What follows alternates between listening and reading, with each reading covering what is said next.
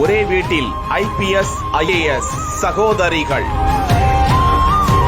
இருவரும் UPSC தேர்வில் சந்தித்த சவால்கள் என்ன? அவர்கள் படித்தது என்ன? அக்கா சொல்லிக் கொடுத்த வழிமுறைகளை பின்பற்றி ஒரே முயற்சியில் வெற்றி கண்ட தங்கை. ஆனால் வழிகாட்டிய அக்கா 5 முறை அடுத்தடுத்து தோல்வியடைந்த வலி என்ன? அதிலிருந்து கற்றுக்கொண்ட பாடம் என்ன? இன்ஸ்டா உள்ளிட்ட சோசியல் மீடியாக்களை பார்த்து சுலபமாக படிப்பது சிறந்தது அல்ல என அவர்கள் கூறும் கருத்து என்ன? UPSC தேர்வு எழுதுபவர்களுக்கு வெற்றி பெற அவர்கள் கூறிய வழிமுறைகள்.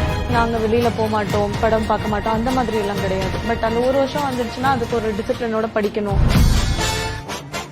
நாங்க 2 பேரும் ஒரே காலேஜ்ல தான் படிச்சோம், அண்ணா யூனிவர்சிட்டியில. Academically I was brighter. So hopes எல்லாம் பாத்தீங்கன்னா என் மேலதான் ஃபர்ஸ்ட் இவங்க தான் சர்வீஸ் வருவாங்க அப்படின்ற மாதிரி தான் ஹோப்ஸ் இருந்துச்சு.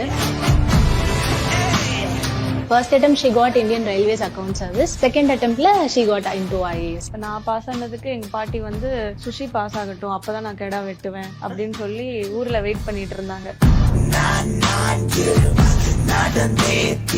ரிசல்ட் பப்ளிஷ் பண்ணாங்க. அட் டைம் லிஸ்ட்ல பேர் இருக்கு. நம்ம அந்த கண்ட்ரோல் F போட்டு நம்மளுடைய நம்பர் இல்ல பேர் அடிக்கிறப்ப அந்த பேர் வருதுன்னா அது ஒரு அன்இமேஜினபிள் மொமெண்ட். ஆக்சுவலி நாங்க 3 பேரும் குதிக்கிறோம், அப்பா அம்மா நானே எல்லாம் குதிச்சுட்டு இருக்கோம்.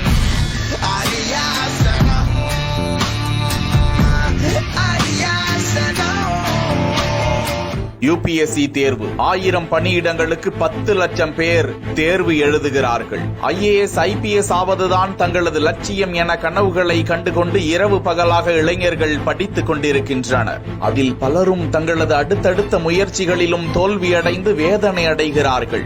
சிலர் முயற்சியை கைவிட்டு பின் திரும்புகிறார்கள். நிச்சயமாக இந்த செய்தியை அவர்கள் பார்க்க வேண்டும். இங்கு வெற்றி பெற்றிருக்கும் இந்த சகோதரிகள், அதிலும் மூத்த சகோதரி 6வது முறைதான் வெற்றி கண்டவர். It was very painful for me. ஏன்னா ஒரு வாட்டி அவங்க ரிசல்ட் செக் பண்றப்ப நானும் கூட இருப்பேன். என் கூட தான் வருவாங்க அவங்க. நான் ட்ரைனிங் வேலூர்ல இருந்தப்ப என் கூட தான் தங்கி அவங்க படிச்சுட்டு இருந்தாங்க. நெக்ஸ்ட் நான் பொன்னேரியில இருந்தப்பயும் என் கூட தான் வந்து அவங்க இருப்பாங்க. So she is like mother மாதிரி ஃபுல்லா என் கூட தான் இருப்பாங்க மோஸ்டா. ஸோ அப்போ ஒரு ரிசல்ட்டும் நாங்கள் செக் பண்ணுவோம். ஃபைனல் ரிசல்ட் ஓப்பன் பண்ணி பார்ப்போம். ரொம்ப கஷ்டமா இருக்கும். அப்போ என்னோட ஆஃபீஸர்ஸ், என்னோட பேட்ச்மேட்ஸ் கிட்டே நான் நிறைய பேர்கிட்ட சொல்லி எல்லாம் ஃபீல் பண்ணியிருக்கேன். இந்த மாதிரி is very bright student but she is not getting through. நிறைய பேர் like they encourage, they motivated and all that. And finally when it happened also, final result பார்க்குறப்பையும் நான் கூட தான் இருந்தேன். பொன்னேரியில் பார்த்தோம். ஸோ அப்போ அதெல்லாம் வீடியோ எடுத்து நல்ல அந்த மூமெண்ட் எல்லாம். கடலூர் மாவட்டம் மருங்கூர் கிராமத்தைச் சேர்ந்த முந்திரி விவசாயி ராமநாதன் அவர்களுக்கு பிறந்த இந்த முத்தான 2 பெண் பிள்ளைகள். இருவருக்கும் 1 வயதுதான் வித்தியாசம். அண்ணா பல்கலைக்கழகத்தில் அக்கா சுஷ்மிதா BE அக்ரிகல்ச்சர் என்ஜினியரிங், தங்கை ஐஸ்வர்யா சிவில் என்ஜினியரிங்.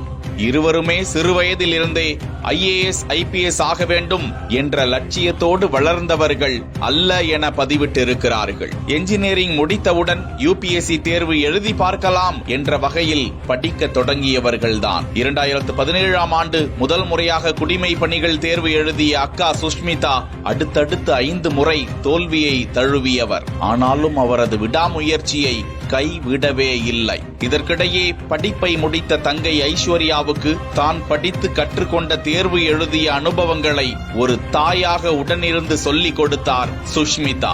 அது 2019ஆம் ஆண்டு தங்கையை முதல் தேர்விலேயே வெற்றியடைய செய்தது. பயிற்சிகளுக்கு பிறகு சார் ஆட்சியராக பணியில் இருக்கிறார் தங்கை ஐஸ்வர்யா. ஆனாலும் அந்த தேர்விலும் அக்கா சுஷ்மிதா வெற்றி பெறவில்லை. இத்தனைக்கும் சுஷ்மிதா தான் சிறுவயதிலிருந்தே படிப்பில் கெட்டிக்காரி என பெயர் எடுத்தவர் என்று தங்கையே நமது தொகுப்பாளரிடம் பேசியிருக்கிறார். அதன் பிறகும் தொடர்ந்து நன்கு படித்தும் தேர்வு எழுதி அதன் ரிசல்ட்டை பார்ப்பதற்காக தங்கையோடு கைகோர்த்து சென்று பார்க்கும் போதெல்லாம், அக்காவின் எண் வராத போதெல்லாம் தங்கை கண்ணீர் விட்டு அழுததாக பாசத்தை வெளிப்படுத்துகிறார். அடுத்ததாக 2022ஆம் ஆண்டு UPSC தேர்வு எழுதி 2023ஆம் ஆண்டு நேர்முக தேர்விற்காக டெல்லி சென்று திரும்பிய நிலையில் தேர்வு முடிவு வெளியாகிறது. மொத்தமாக நாட்டில் 933 பேர் தேர்ச்சி பெறுகின்றனர். அதில் தமிழகத்தில் 42 பேர் தனது தந்தை மற்றும் தங்கையோடு அந்த ரிசல்ட்டை பார்க்க சென்றிருந்தார். இந்த முறையும் தோல்வி அடைந்தாலும் முயற்சியை கைவிட மாட்டேன் என துணிச்சலோடு தான் இருந்தார். தேர்வு முடிவில் அவரது எண் இருந்தது. அந்த குடும்பம் அன்று துள்ளி குதித்து ஆனந்தத்தை வெளிப்படுத்தியது.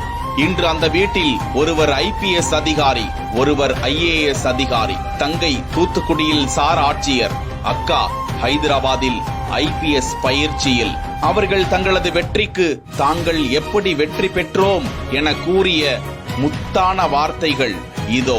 இன்ஸ்டாகிராம் எல்லாமே லேட்டா வந்த ஆப்ஸ் தான். ஸோ அவ்வளோ சீக்கிரம் அடிக்ட் ஆகல. நாங்க ப்ரிப்பரேஷன்ல ஃபோக்கஸ்டா இருக்கும்போது ப்ரிப்பரேஷன் மட்டும்தான். சீட் டேன்னு சொல்லிட்டு இந்த வீக்லி டெஸ்ட் எழுதுவோம் நாங்க அப்போ ப்ரிப்பரேஷன் டைம்ல. அன்னைக்கு இப்போ சண்டே மார்னிங் டெஸ்ட் எழுதிட்டு அன்னைக்கு ஆஃப்டர்நூன் டு ஈவினிங் வரைக்கும் ஒரு சீட் டே மாதிரி. அன்னைக்கு ஏதாச்சும் படம் பார்க்கறது, நல்ல ஸ்ட்ரெஸ் ரிலீவ் பண்றது, அந்த மாதிரி அந்த ஹாஃப் டேல ஸ்ட்ரெஸ் ரிலீவ் பண்றதுக்கு ஆர்டர் பண்ணி சாப்பிடுறது, அந்த மாதிரி ஸ்ட்ரெஸ் ரிலீவ் பண்ணிட்டு திரும்ப மண்டே பேக் டு நார்மல். முக்கியமாக தங்களது குடும்பத்தினர், வீட்டில் மற்றும் உறவுகளுடைய பிரச்சனைகளை குறித்து தங்களுக்கு தெரியப்படுத்த மாட்டார்கள். அது தங்களது கல்விக்கு இடையூறாக இருக்கும் என்று கருதினர். அதற்கு மாறாக தங்களது தாய், தந்தை, தாத்தா, பாட்டி, மாமா, சித்தி என அனைவரும் தங்களை ஊக்கப்படுத்தவே செய்தனர். படிக்க வேண்டும் என முடிவு செய்த பிறகு நட்பு வட்டாரத்திற்கு ஓய்வு கொடுக்க வேண்டியிருந்தது. டிவி, என்டர்டைன்மெண்ட் இவற்றிற்கும் சேர்த்துதான். முக்கியமாக தாங்கள் இருவரும் என்ஜினியரிங் முடித்துவிட்டு வந்ததால் ஹியூமானிட்டி, ஜெனரல் தரவுகள் குறித்து அதிகமாக படிக்க வேண்டியிருந்ததாம். அதிகாலை எழுந்து படிப்பதை வழக்கமாக வைத்திருந்தார்கள். மதியத்திற்கு பிறகு தூக்கத்தை தவிர்த்து படித்தல். மாலை முதல் இரவு வரை 2 to 3 மணி நேரம் எடுத்து படித்தல். வாரத்தில் ஒரு நாள் படம் பார்ப்பது உள்ளிட்ட ரிலாக்ஸேஷன், என்டர்டைன்மெண்ட் செயல்களுக்கு சிறிது நேரம் ஒதுக்குவது. முக்கியமாக சோசியல் மீடியா மூலமாக ஷார்ட்டான வழிமுறைகளில் படிப்பதை விட ட்ரெடிஷனல் வழக்கமான புத்தக படிப்பை தங்களது வெற்றிக்கு காரணமாக கூறுகிறார்கள் இந்த சகோதரிகள். அக்கா சுஷ்மிதாவின் அடுத்தடுத்த தோல்விகள் தனக்கு தற்போதைய பயிற்சி காலத்திற்கு பெரும் உதவியாக இருப்பதாக முக்கிய தகவலை சகோதரிகள் வெளியிட்டனர். அந்த வெற்றி சகோதரிகளுக்கு அவர்களது குடும்பத்தினருக்கும் வாழ்த்துக்களை தெரிவித்துக் கொள்வோம்.